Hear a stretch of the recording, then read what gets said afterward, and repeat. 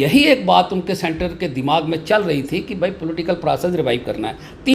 Chief minister जो कह रहे हैं वो बनेगा, कैबिनेट बनेगी, कितने लोग इसमें होंगे और इनको क्या इख्तियार होंगे, पावर क्या होंगे इनके पास? राइट पावर रहेंगी more than as a cabinet minister. आगे पॉलिटिकल प्रोसेस रिवाइव करना है, ये उसकी भी कड़ी है, क्योंकि जो जिस महकमे का इंचार्ज होगा वो फुल फ्लाइट चीफ मिनिस्टर होगा। इसका टाइम फ्रेम 6 मंथ होगा, लेकिन पावरें वही होंगी और बहुत ज़्यादा पावर होंगी। ये मैं क्लियर कर दूँ आपको। Sooner than later political process is going to be revive in the J&K state. जिस आदमी को भी पावर देनी है he should be a nationalist. तो इन सब पे मैं मोहर लगाता हूँ, ये सारे नेशनलिस्ट हैं। आप देख रहे हैं द स्टेट सेंटिनल, मैं हूं रविंदर सिंह। जम्मू कश्मीर को नया चीफ मिनिस्टर मिलने जा रहा है। इस तरह की अफवाहों का बाजार गर्म है। क्या सच्चाई है इसमें? क्या ये पॉसिबल है? ऐसा हो सकता है? बिना इलेक्शन के कैबिनेट बन सकती है, चीफ मिनिस्टर आ सकता है? इस सब चर्चाओं की बात करने के लिए हमारे साथ लीगल एक्सपर्ट हैं AK साहनी साहब, क्योंकि लोगों में काफ़ी असमंजस का माहौल है कि क्या ये पॉसिबिलिटी हो सकती है। अगर हो सकती है तो क्या प्रावधान है उसके, लॉ में क्या जगह रखती है वो चीज़, ऐसा पहले कभी हुआ है या पहली बार होने जा रहा है? इन सब चीज़ों को विस्तार से समझेंगे। लीगल एक्सपर्ट हैं और फॉर्मर बार प्रेसिडेंट हैं साहनी साहब। साहनी साहब, आपका बहुत बहुत स्वागत। जिस दिन से ये बुखारी साहब होम मिनिस्टर साहब से मुलाकात करके बाहर निकले हैं तो ये बाज़ार गर्म हो गया, क्योंकि ये नॉर्मल मुलाकातें नहीं होती हैं। और इस वक्त जिस बात की लोग सारे शंका कर रहे थे कि साहब जो इमरजेंसी चल रही है, राष्ट्रपति रूल चल रहा है, इसकी एक बुनियाद होती है, वैसे भी 3 साल, तो कहीं ना कहीं इसको एंड करना है और इलेक्शन करवाना है। तो क्या ये ब्यूरोक्रेसी इलेक्शन करवाएगी, इन्हीं से करवाना है, या इस वक्त कोविड-19 के तहत इतना बड़ा कहर जो है वो शायद आगे आने वाले दिनों में नहीं संभाला जाएगा कि government, central government is contemplating, सोच रही है, बनाने जा रही है to kick start the political process. ये बात पक्की है, हाँ, किक स्टार्ट पॉलिटिकल प्रोसेस के लिए अब इसका कहते हैं ना, सूत्र कहाँ से पकड़ेंगे। इसका लीगल भी उसका आकार होना चाहिए और वैसे सोच का भी कि पॉलिटिकल सोच क्या कहती है। आज इस वक्त पॉलिटिकल सोच ये कहती है कि फौरी तौर पर पॉलिटिकल प्रोसेस रिवाइव होना चाहिए, better late than never. Sahni साहब, अभी बताया जा रहा है कि जम्मू कश्मीर को चीफ मिनिस्टर मिलने वाला है, इलेक्शन नहीं हो रही, क्या प्रावधान है, क्या पॉसिबिलिटी है? अब प्रावधान ये है कि जो रीऑर्गेनाइजेशन एक्ट बना हमारा, उसमें मेरे पास है, मैं आपको बताता हूँ, मैं कल भी जिक्र कर रहा था इसका कि साहब ये जो सेक्शन 54 है इसकी, सेक्शन 54 रीऑर्गेनाइजेशन एक्ट की, मैं एक लाइन सिर्फ आपके लिए पढ़ता हूँ, बाकी सारा प्रावधान नहीं पढ़ूंगा क्योंकि लंबा हो जाएगा। तो मैं इसके लिए सिर्फ एक चीज़ पढ़ के, सिर्फ लोगों की जो कन्फ्यूजन है हमें वो दूर करनी है, जो मैं कन्फ्यूजन सेक्शन 54 में ये है कि काउंसिल ऑफ मिनिस्टर जो होते हैं, चीफ मिनिस्टर जो होता है, लेफ्टिनेंट गवर्नर बना सकता है, ये 54 में लिखा है। इसके बाद फिर एक डाउट था लोगों को कि साहब ये जो यूनियन टेरिटरीज एक्ट है, ये यूनियन टेरिटरीज एक्ट जो है 1963, ये एप्लीकेबल उस वक्त रीऑर्गेनाइजेशन एक्ट के साथ नहीं हुआ था। अब इसमें वो पांडिचेरी वगैरह वगैरह का जो जिक्र आज आ रहा है कि साहब यूनियन टेरिटरी है, उसमें क्या हो सकता है, तो इसकी सेक्शन 45 है, इसमें राष्ट्रपति को अख्तियारात हैं कि वो साहब काउंसिल ऑफ मिनिस्टर्स बना सकता है। बनाने चाहिए नहीं बनाने चाहिए, मैं आगे आता हूँ कि भाई साहब उसके लिए क्या लिमिटेशंस हो जाएंगी। लेकिन जब ये नहीं आया तो इसके मुताबिक थर्ड नोटिफिकेशन आ गई, ये आ गई आपकी 18 मार्च 2020 को अभी। तो ये क्यों बड़ी क्विकली ये सब कर रहे थे, इसकी ज़रूरत क्या थी? अभी 2 महीने और ठहर जाते, 4 महीने ठहर जाते, इसकी क्या जल्दी थी यूनियन टेरिटरी इसको लाने की? इसमें कौन सा इमरजेंसी प्रोविजन लाना था? इधर काम तो चल ही रहा था। लेकिन सेंट्रल गवर्नमेंट जो है वो बहुत दूर की सोचते हैं, भाई साहब आगे पॉलिटिकल प्रोसेस रिवाइव करना है, ये उसकी भी कड़ी है, ये उसकी एक कड़ी है इसको लाना। अब जब इसको लाया तो इस पर उन्होंने कहा जी कि ये यूनियन टेरिटरी एक्ट अप्लाई करेगा। अब आ जाते हैं आपकी बात पर कि साहब एक तो चीफ मिनिस्टर्स अगर बनाते हैं और वो मेंबर, क्योंकि यहाँ पे आप अपर हाउस होगा नहीं, बनेगा ही नहीं, लोअर कोर्ट होगा, वो अभी है नहीं, तो 6 महीने तक ये सरकार कोई भी राष्ट्रपति जी भी बना सकते हैं under union territories act, Pondicherry के पैटर्न पर। ये बाकी अगर वो नहीं बनाते हैं 6 महीने में इलेक्शन कराना मस्ट हो जाएगा फिर इनके लिए, क्योंकि अभी डिलिमिटेशन हुआ नहीं, कॉन्स्टिट्यूशन तो उसका बन गया, उसका उनको मेंबर भी अपॉइंट हो गए। अब अगर ये अल्टरनेटिव नहीं करते हैं फिर क्या है? फिर इनके पास 3 अल्टरनेटिव और है। 4 अल्टरनेटिव हैं टोटल। एक ये है, दूसरा है जैसे ये एडवाइज़र बने हुए हैं आज, ये एडवाइज़र किस खाते में बने हैं, किस प्रोविज़न के तहत बने हैं, कोई है ना प्रोविज़न, उस प्रोविज़न के तहत ये भी बन जाएंगे। लेकिन मुझे ये लगता है कि ये जिनको बाहर लाया है ये कैबिनेट रैंक के लोग हैं सारे, ये नहीं बनना पसंद करेंगे एडवाइज़र। फिर अल्टीमेटली क्या कहाँ जाके बात बैठेगी, इसके 2 चीज़ें आएंगी फिर इसके आगे, जो जिस पे ये मेमोरेंडम ऑफ अंडरस्टैंडिंग तैयार होगा, इसको जिसको बिल ऑपरेट कह रहे हैं, हम कुछ भी कह रहे हैं, वो मेमोरेंडम ऑफ अंडरस्टैंडिंग क्या होगी, to kick start the political process, इन लोगों को पावर दी जाए। वो कैसे दी जाए आप, वो एक तो एडवाइजरी काउंसिल बन सकती है, जम्मू के लिए अलग, श्रीनगर के लिए अलग, एक तो ये पॉसिबिलिटी है। दूसरा ये पॉसिबिलिटी कि अगर ये ना माने, क्योंकि ये मानना ये यूनिलेटरल तो नहीं है ना, ये तो दोनों लेना पड़ेगा लोगों को। इन लोगों को भी कॉन्फिडेंस में जो आए हैं पूरी पार्टी छोड़कर एक पीडीपी को, तो वो किसी वजह से आए हैं। अगर उनकी आप एक्सपेक्टेशन के मुताबिक सेंट्रल गवर्नमेंट नहीं उतरती है तो वो दे विल किक इट, तो किक स्टार्ट कहाँ से होगा फिर। इसलिए ये दोनों तरफ से ताली बजेगी। तो तीसरा ये आता है कि साहब अगर वो मानते हैं कि साहब नहीं, हमें आप पूरा ही प्रावधान दे दीजिए, पूरे अख्तियार दे दे, वो मिल सकते हैं। वो अख्तियार पूरे भी एज एडवाइजरी काउंसिल हर शख्स को मिल सकता है, वो कितने भी बन सकते हैं, उसकी लिमिटेशन कोई नहीं रहेगी। और दूसरा उसकी लिमिटेशन ये नहीं रहेगी टाइम लिमिटेशन, सो ये सेंटर को सूट करेगी बात। सानी साहब, यहाँ सवाल ये उठता है कि इनके पास अगर चीफ मिनिस्टर बनता है, लेकिन आपने ये मोहर लगा दी कि प्रावधान है, लॉ में इसकी जगह है, ये पॉसिबल है, ये समझना ज़रूरी है आप लोगों के लिए। जो अफवाहों का बाज़ार गर्म है, अगर ये ग्राउंड में कोई तस्वीर बनती है तो कानून में इसकी जगह है। दूसरा सवाल ये है सर कि जो ये चीफ मिनिस्टर जो कह रहे हैं वो बनेगा, कैबिनेट बनेगी, कितने लोग इसमें होंगे और इनको क्या इख्तियार होंगे, पावर क्या होंगे इनके पास? चीफ मिनिस्टर की पॉसिबिलिटी मुझे कम नज़र आती, प्रावधान होना एक अलग बात है। क्योंकि उसके लिए राइडर बहुत बड़ा, स्टेट के लिए, सेंटर के लिए बड़ी सिरदर्द बन जाएगी ये चीज़ कि साहब इलेक्शन 6 महीने में कैसे करवाओगे। अच्छा, इसका टाइम फ्रेम 6 मंथ, इसका टाइम फ्रेम 6 मंथ होगा, उसके बाद ये ऑटोमेटिकली डिलीट हो जाएगा, ये खत्म हो जाएगा। तो फिर क्या करेंगे? तो 6 महीने के लिए तो मुझे नहीं लगता वो सरकार लेंगे भी। सर हम मान के चलते हैं, सपोज करो हम लेके चलते हैं, इनके पास पावर्स क्या रहेंगी फिर, और कितने लोग रहेंगे? फ्लाइट पावर रहेंगी, more than as a cabinet minister, more than a cabinet minister. क्योंकि जो जिस महकमे का इंचार्ज होगा वो फुल फ्लाइट चीफ मिनिस्टर होगा, हर महकमे का, अपने अपने डिपार्टमेंट का।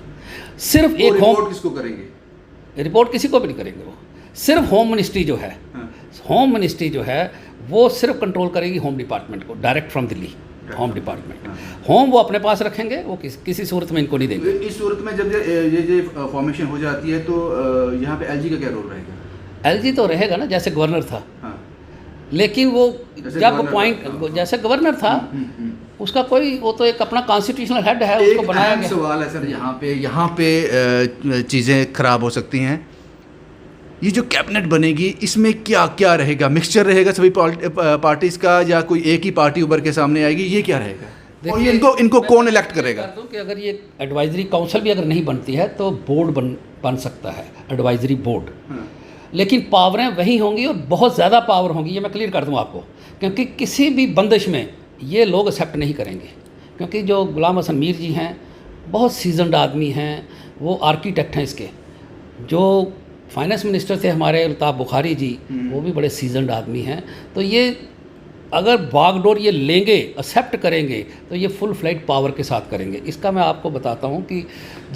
सौदेबाजी होगी, नहीं सौदेबाजी नहीं, इसको कैसे पॉलिटिकल प्रोसेस जब भी रिवाइव करना है तो मुझे आप कहीं अगर आप एडजस्ट करना चाहते हैं तो मुझे आप कहेंगे ना कि साहब मुझे तो एग्री, ये एक तरफा तो है नहीं, कोई डिक्टेटरशिप थोड़ी है कोई, नहीं साहब आप ज़रूर मानो। नहीं मानते, फिर उसके लिए आपको इंटरनेशनल कैसे जवाब दोगे?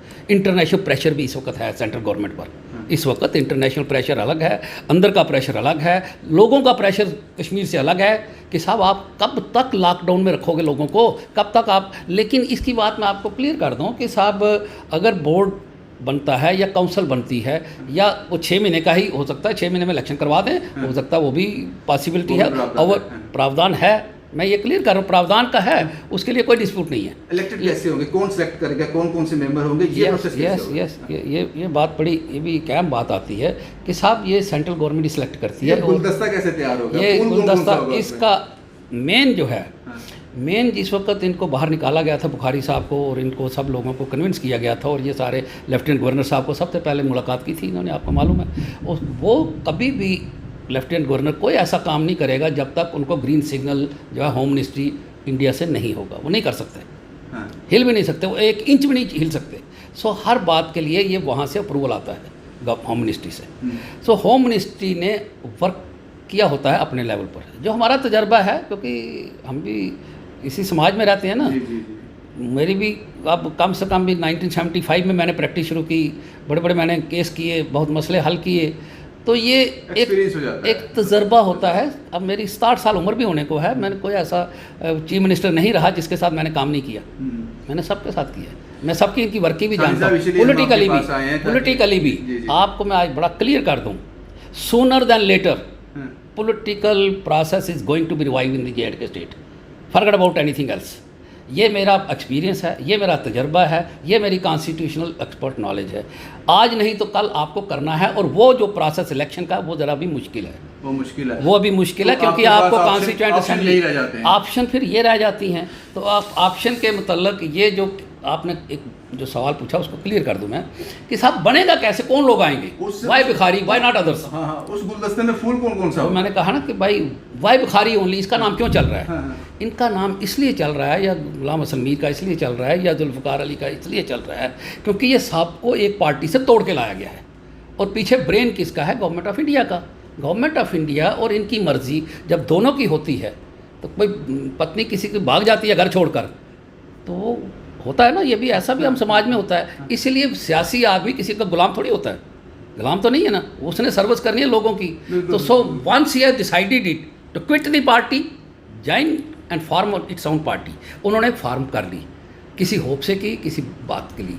अब उसमें क्या आएगा कि ये अपनी पार्टी जो है ये प्रेफर क्यों करेंगे? मैंने कहा कि महबूबा जी पीडीपी साथ नहीं देंगी, नेशनल कॉन्फ्रेंस साथ नहीं देगी, कांग्रेस साथ नहीं देगी, रहेगी फिर बीजेपी, तो वो तो ऑलरेडी पार्टी है नेशनल लेवल पर, तो रह गए बचा फिर लास्ट में ऑप्शन। ये देखिए ना, जब क्ल्यू लेते हैं आप तो क्या बचा आपके पास अपनी पार्टी। आपको लगता है कि मैक्सिमम नंबर इस गुलदस्ते में जो होगा वो अपनी पार्टी से, सारे वही हों, अपनी पार्टी से सारे ही अपनी पार्टी के हों, और उनको ये गवर्नमेंट चलाने को दे दी जाए, और विद दिस अंडरस्टैंडिंग कि साहब जैसे वो केजरीवाल साहब के साथ लेफ्टिनेंट गवर्नर साहब करते थे, रोए पंगा, वो पंगे शंगे वाली इधर कोई बात नहीं होगी, इधर कोई पंगा शंगा नहीं होगा, इधर जो दिल्ली से आएगा पूरा इनको पावर मिलेगी। नहीं, एक सवाल यहाँ पे और है, आपने बोला कि ये सोचा जा रहा है कि शायद अपनी पार्टी से ही सारे लोग हों, क्या ये इख्तियार सेंटर को है कि वो ये कर सकते हैं? ये कर सकते हैं, कोई इसमें ऑब्जेक्शन नहीं करेगा बाकी पार्टीज़ की, हमें क्यों नहीं ले रहे साहब आप? मैं बताता हूँ ना क्यों।